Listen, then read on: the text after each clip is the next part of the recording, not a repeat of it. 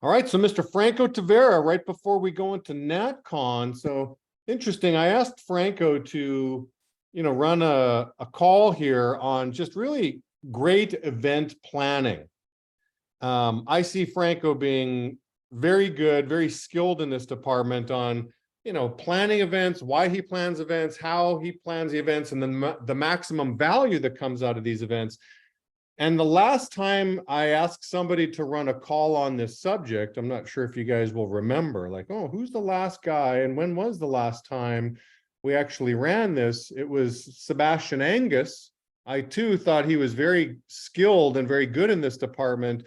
And of course, Sebastian's gone on to do some pretty awesome things in the business. So I think this is a pretty vital part of really scaling and building an organization. So I'm going to pass the microphone over here to Mr. Tavera. Franco, take it away. Gracias, Jaime. I appreciate it. That's a big compliment you just paid me, Sebastian. He's the GOAT of this, definitely. So you asked me, hey, to talk about events and my strategy and planning and executing. And I thought about it, like why we do the events and who do we get involved and how do we prepare for the events that we do. And I was thinking all the way back to like when I was a rep and I first started in the field. There's a couple of funny moments, and I was just telling some of the guys in my office a couple of the funny stories and funny moments of like the stuff that I thought about when I was 22 years old. I'm 32 now. I was 22 years old when I started in the business, and some of the stuff that I cared about when I was 22 years old. I was in a fraternity when I was in college. My parents have done well. I graduated school. I've worked elsewhere, corporate, before I started doing this, and I just I've always wanted to be a part of something bigger. So it's funny, when I was a rep and early on, and people would ask me, what do I do for a living? I used to say, I am a junior account manager for a marketing and sales consulting firm that specializes in direct marketing and direct advertisement. That was my answer every time. and it just confused people more than anything. It's funny, I just started dating somebody, and like my current girlfriend, when we went on our first date like a couple months ago, she asked me what I did for a living. I'm like, I sell cell phones for AT&T. And she was like, oh, and then I just moved on to the next thing, so just the evolution of that. And early on, when I was a rep, I had this buddy of mine, Bo Sagne, and he was one of my fraternity brothers or whatever. And when I first started selling, I would leave my house in a suit and I'd go to the field. And of course, when you go to the field, you switch into a polo. And then when I would leave the field, I would come home and then switch back into my suit and walk into the house in my suit. Just because I didn't want him to see me in a polo. He's like, didn't you leave the house in a suit? Why are you in a polo? And just have to explain. Again, back to things that I thought about and I cared about when I was 22 years old, single, living in, downtown Austin, Texas, just being a part of something bigger. And that kind of translated into even my rookie year. Like when I got promoted into ownership and I was a rookie owner, really as a rookie owner, my vision casting in my interviews, in my recruiting, in my opportunity meetings, when I spoke about the opportunity, when I spoke about my business, what I was really doing was, as a rookie owner, was sharing Citicor's vision. And I just talked a lot. Back as a rookie owner, I talked a lot about Citicor. Oh, it's not just my office with my 4 guys that you see here. We got 300 offices all across the country on this program and this campaign and this and that. And I just really leaned a lot on other people's visions, other org events, because, and maybe again, probably insecurities when I was, in my early 20s or maybe just as a new business owner. I felt that I had to make it so much more bigger than I was. And I felt that I had to attach my vision to everybody else's. And as I matured in the business, and as I've started to kind of grow our crew, and really over the last couple of years, since like 2018 going on 2019, I've gotten really, really, really dialed in with our identity, my company's identity, my culture, our office identity. And then as we've started to promote deals, our org identity and our team identity. So why we do some of the events that we do is really about creating those experiences for everybody else. And I'm going to unwrap that a little bit more. But it's really making everybody feel like they're a part of something bigger, but it's authentic and it's genuine, it's created by us. So it's really about culture and identity. And I think back to the past couple of years and different types of events that we've created. There's really two types of events that we've gotten really, really good at putting together. One type of event, it's just fun, just plain fun events. We have stopped doing kind of like a weekly team night. A lot of our guys just do their crew nights, and individual team leaders hang out with their people outside of the office all the time. But instead of doing like a mandatory kind of like weekly team night, we say these things like, team night is optional, so is management, and there was like these forced events where people had to hang out. And every now and then you'll see a bad review and on a company, and somewhere on there was like, yeah, it's just like too much out of office time with these forced team nights. So we stopped doing a weekly team night. We started doing a monthly event. And like, we just put some actual thought into like once a month, a big fun event that brings everybody together and they have a blast and an experience. So one type of event is the fun event. And I think what our crew has gotten really good at is gauging the stress level of the guys, the stress level of the reps, the stress level of the teams. And we just got really, really good at identifying when we just need a fun event. And sometimes even for the owners too, like even for me, like sometimes, business, ups, downs, whatever. And it's like drive results and pressure. And we've just gotten really good. And these fun events, it's like the steaming pot, and it's like releasing the steaming pot and just letting people just have some fun and then coming back strong. So fun events allows us to get really good at gauging the stress level of the guys. The fun events also helps us drive competition, a lot of competition, which I'm sure everybody here knows how to do, but we have different types of events that ties into competition, right? We do the group, the office event, or the org event, where we're driving towards a specific metric, 30,000 of rep production, or 50,000 of org productivity, or 70,000 of org productivity, or hey, when the office hits 20K, 40K, 50K, we're gonna do paintballing, or we're gonna do a boat on the river, or we're going to go float the river, or a boat on the lake, or whatever it is. Like, we've gotten really good at creating these fun events that really help drive competition.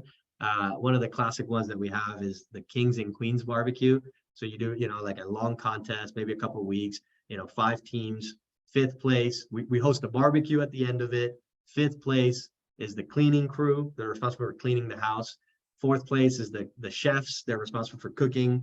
3rd place is the bartenders. 2nd place is the servers. 1st place is Kings and Queens. Everybody eats hot dogs and hamburgers. 1st place gets steaks and champagnes. So by just getting creative with these fun events, it just drives culture, gets everybody involved. And then the other thing that it does is it creates memories and traditions, right?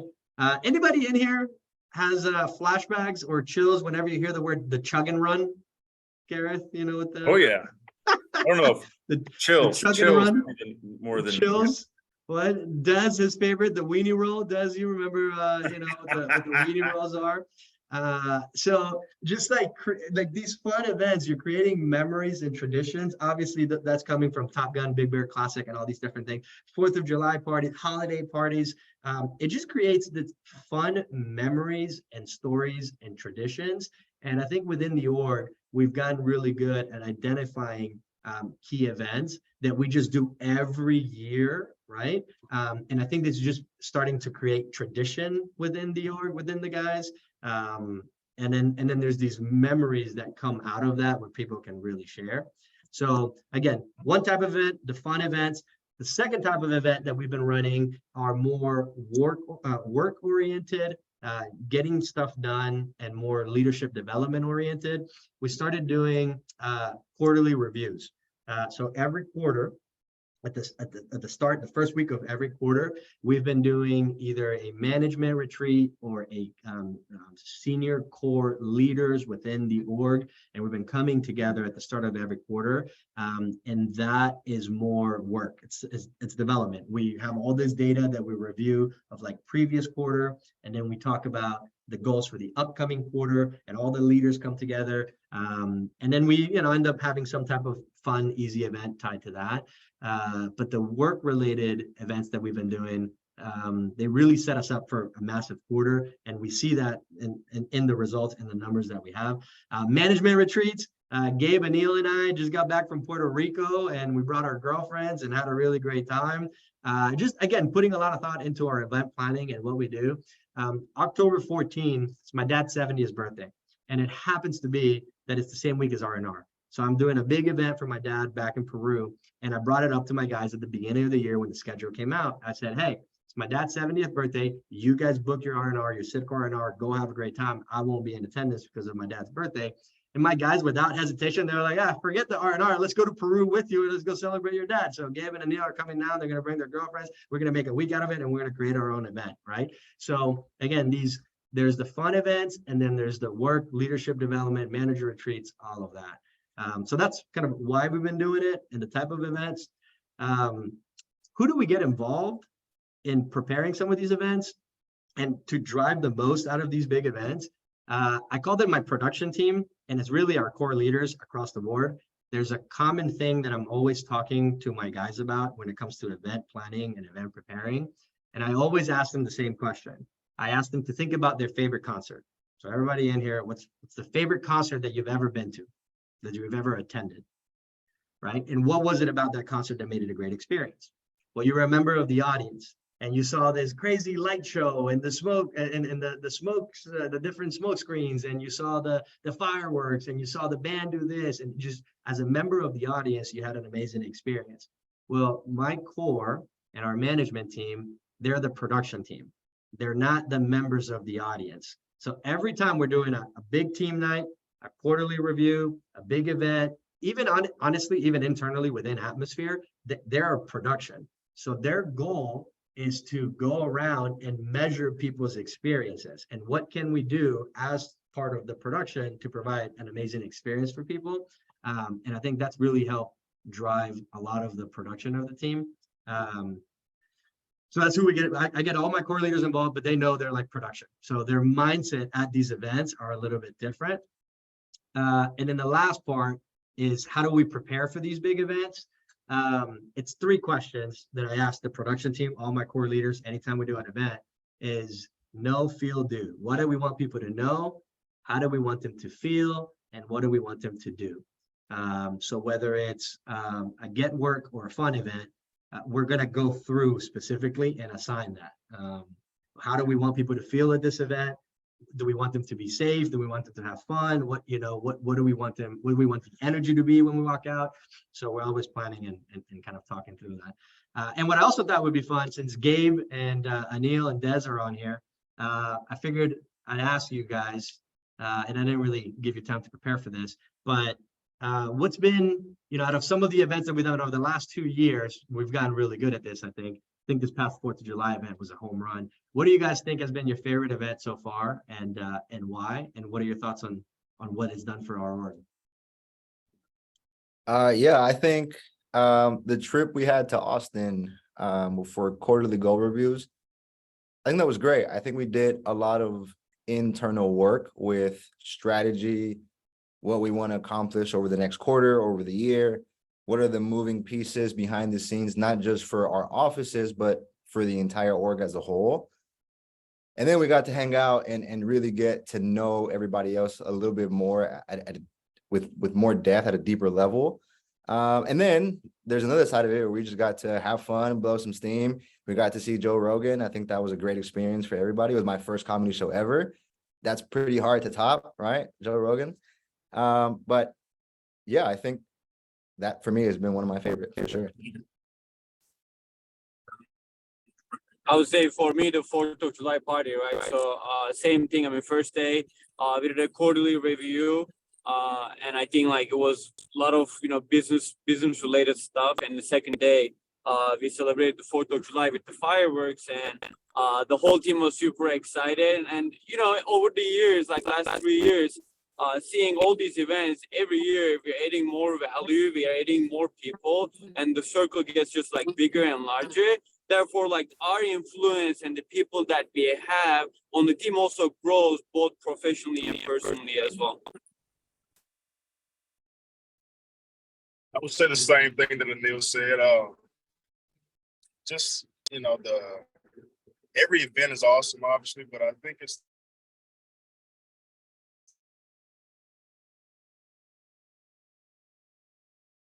Well, I think we lost you. Oh, he gone. He was gonna make it. I think he was gonna make a joke about it now. But anybody got any questions so far?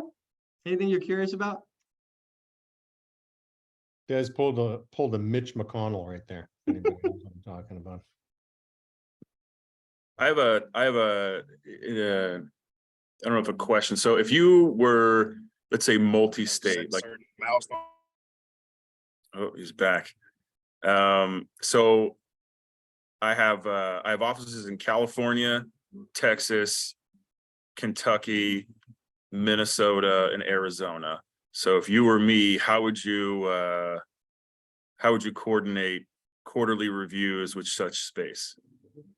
Well, that's a great question. And I'll be honest with you, I haven't had to think about that because I'm not in that situation. I guess that's a good problem to have. So, you know, I don't know if Maybe there's I a should sense- move to Texas. No, I don't think it's about that. But if there's a way, I mean, I'll be honest with you, Garrett, I haven't thought about that because I don't have across state offices. But is there a way of doing it digitally? I mean, through COVID, through the pandemic, again, back to organizing events. I think we got really, really good at utilizing Zoom and leveraging Zoom to have fun. And I think, you know, whether it's, I don't know, can we like drop ship some little fun, what are the like little items or something like that that we can all like I would have an event, maybe. I'm just thinking about that. I'm just spitballing. I haven't thought about it till just right now. Okay, I would put an event together. I would organize the content, and then for a fun thing, maybe I would drop ship everybody like a specific, like a mystery gift or a mystery box, and then we all unwrap it on Zoom. And somehow I would tie their FAR experience into what we're doing in the moment, plus organizing like the content itself that I'm going to deliver. It's good. I don't know. I just thought about that in the moment, but I would probably get with my production team, my creative team, and I would just talk through. And I think if we put some time and effort and just energy into, hey, how do we make people feel like they're more united and closer, even though we have the distance? I'm sure you can put some fun thoughts together and come up with something. And I think a lot of us mastered that skill in 2020. Yeah, if I had to give you like an A+ rating, is your team's very, it feels like more of a family that does a company. And I think you've done an unbelievable job of that. You can, you're speaking, they're on this call. That's awesome. Appreciate it. A little trip to Mexico also never hurt anybody. That's another thing. It's like, I mean, you can call it proximity or whatever, but like, okay, go on kayak.com. It's an airplane website, searching tickets or whatever, and then put no dates, no location, just what's available, right? And it'll show you a map of the world, and it'll show you prices for flights, right? And I have found flights to Mexico for $75, right? So then like, hey, 3 weeks from now, 4 weeks from now, we drive to X result, 5 of us are going to go to Mexico for 3 days. I mean, and it ends up like, I know this sounds like, as we're talking, like this sounds really expensive, but there are very like, okay, Gabe is talking about Joe Rogan. Joe Rogan tickets were $40.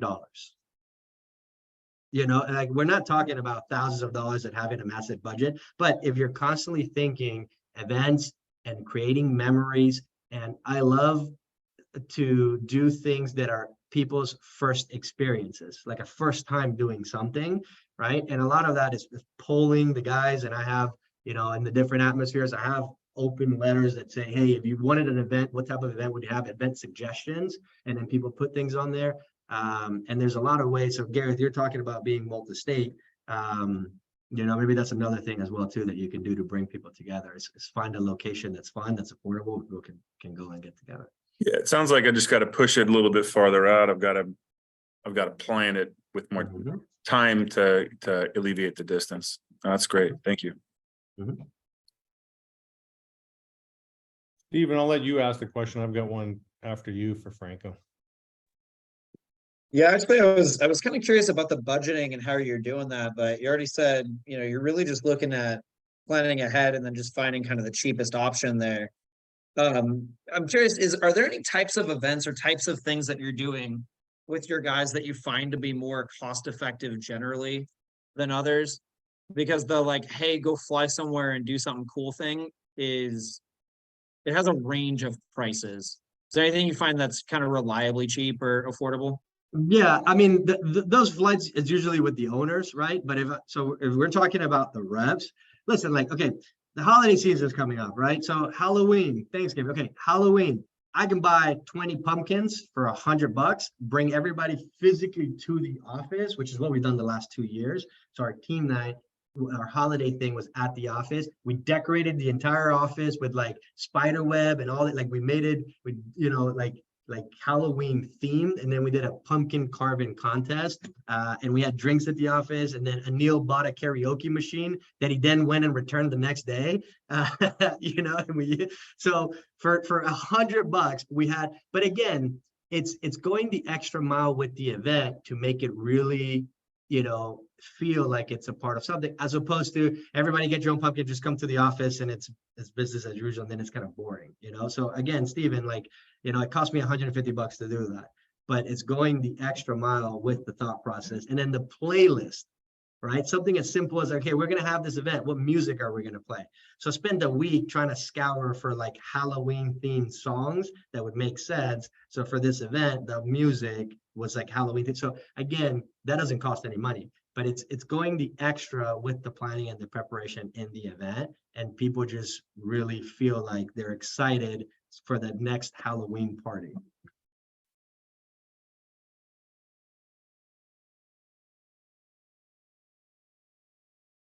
All right, And then the last one, Airbnbs. Like you can look for an Airbnb locally where you are, right? I sometimes get tired of hosting at my house, so you just look for an Airbnb, and you can find Airbnbs that don't have the 2-night minimum requirement, and you can use an Airbnb for 1 night, and you can find something fun and cool and something big with a hot. Anil loves their hot tubs, so like a hot tub, or like a big backyard, and you'd be surprised. Like just look around your area, and there are Airbnbs that will run you $500-600, and you do that as a competition, right? And then everybody brings everything to contribute. So by doing that, again, you keep it super cost effective, and it becomes different and fun and new, as opposed to previous years. It was, what are we doing for team night? Main event next week. What are we doing for team night? Dave and Buster's next week. What are we doing for team night? Let's go to that pool hall next week. We would just rotate through the same 3 boring, dull things that we always do, right?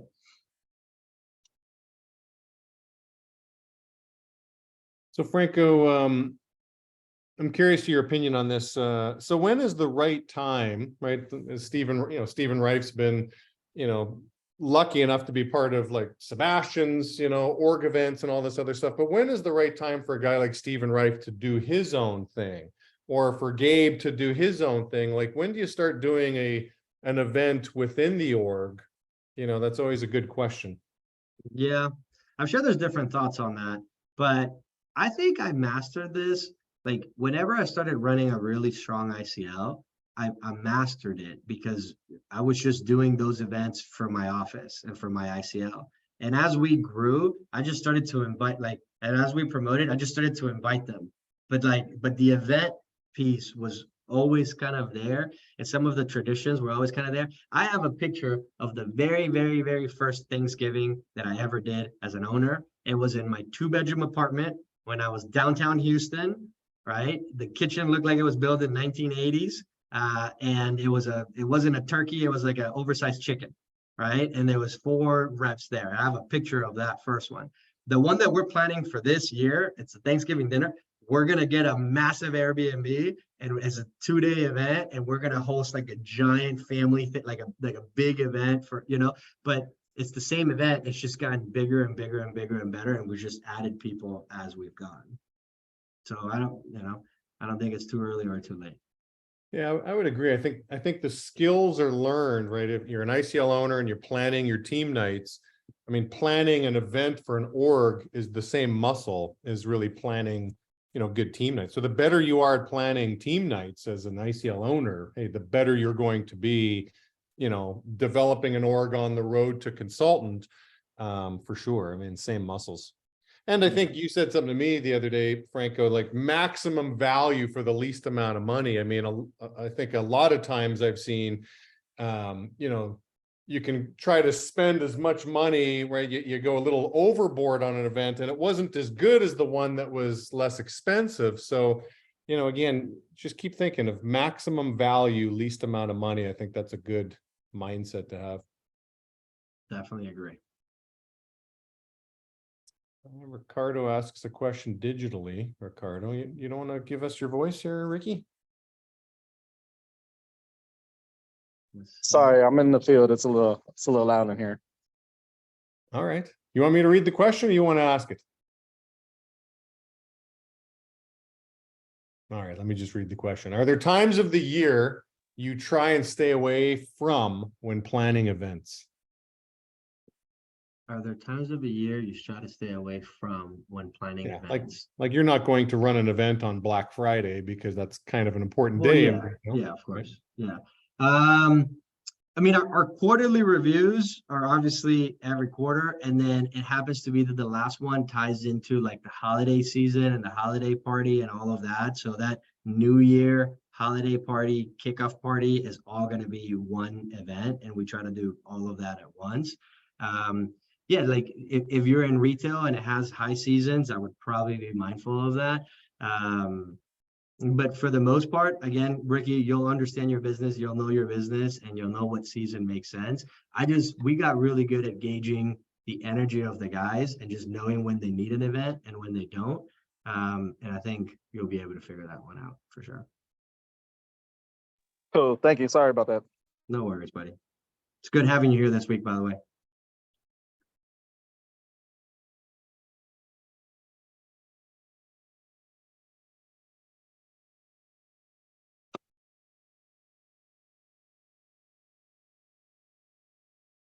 Hey, Des, you're back?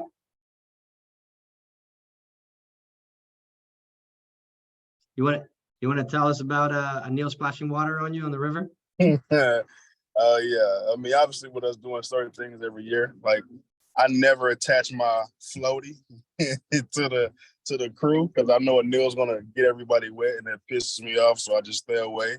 I don't know. I think every event is cool, but what we get from them like 90 days later, like watching the things that we talked about, like growing to fruition, I think that's my favorite part. And I don't know, my coolest event we had was this past 4th of July party. Yeah, everybody came out and enjoyed themselves, and they was able to see us like not be as serious, you know, just have some fun. And I don't know, you know, I think every event's pretty cool. So what we get afterwards, you know, is what I value most, like what I enjoy the most, like watching guys grow into newer roles. Love it. Yeah, and Jamie, Frank, any other questions you got? well, I see the preparation that you do because you email me your agenda. It's like, man, you're on it. So just from my perspective, and again, I've done, a bunch of events over the years. Big Bear Classic is kind of my claim to fame. I mean, all the trophies I've had over the years, I point to my kids. I'm like, that's my favorite trophy right there. And like, but Dad, it's so much smaller than some of the other ones. I'm like, yeah, but that's the Big Bear Classic. That was it was classic, right? But there's a nice blend. What I've noticed with there's a really nice blend of like, hey, business, and let's get into the data, and let's make this a productive use of time as far as getting our business brains cooking here. And then, hey, let's then have some fun and some relationships. So do you look for like a 50-50 mix, or kind of what's your thought process on that? Well, it depends on I have events that are just for fun, right? We're just trying to have fun. We're just trying to create memories and experiences. Like the 4th of July party was one of our quarterly reviews. So if it's a quarterly review, then yes, I want to get some work done. Whoever is in attendance, I always want to bring them together. So create some type of unique experience where they have to share and be vulnerable. So certain questions, that are open-ended questions where people have to be vulnerable and share and really put their feelings out. And when you do that in a group setting, it just naturally brings people together and then talking through the goals. But then we want to also have some fun and celebrate. So yeah, I think a 50-50 makes a lot of sense in terms of both. And then it's also about the agenda. You're talking a lot about the agenda. When it's too crammed and there's too much going on and people are just like go, go, go, go, go, it sometimes takes the value away from the event. So I'd rather have 3 home run, awesome things that we're going to do and have people enough time to relax as well too, than if I have, too much things packed into an agenda as well too. So. Yeah. Well, good stuff, Franco. Well, we've got a big event coming up next week, so we'll see everybody in Austin for the national conferences. So thank you, Franco. We'll be taking a pause for 3 weeks, and I'll see you guys all real soon. Peace. Sounds good. Bye, guys.